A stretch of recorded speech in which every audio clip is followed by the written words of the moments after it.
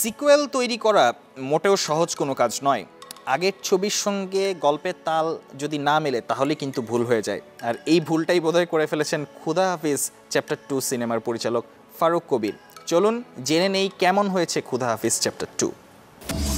খুদা হাফিজ তোমারা অ্যাকশন ছবি যারা পছন্দ করেন তারা সিনেমা হলে গিয়ে খুদা হাফিজ চ্যাপ্টার 2 দেখতেই পারেন। তবে তার আগে কিছু কথা জেনে নেওয়া প্রয়োজন। বিদ্যুৎ জামওয়াল অভিনীত এবং ফারুক কবির পরিচালিত নতুন এই ছবিতে তেমন কোনো নতুনত্ব নেই। পুরনো গল্পই যেন নতুন বোতলে তিনি পরিবেশন করেছেন।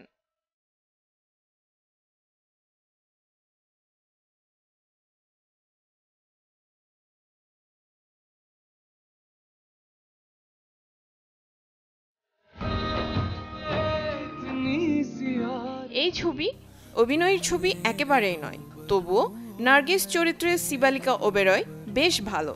অ্যাকশন ছাড়া বিদ্যুতের তেমন কিছু করার ছিল না। শেষমেশ বলা যায় খুদা হাফিজ চ্যাপ্টার 2 একেবারে অ্যাকশন ঘরানার ছবি। দেখতেই পারেন এই ছবি। এ ব্যাপারে বিদ্যুৎ আপনাদের খুব একটা নিরাশ করবে না।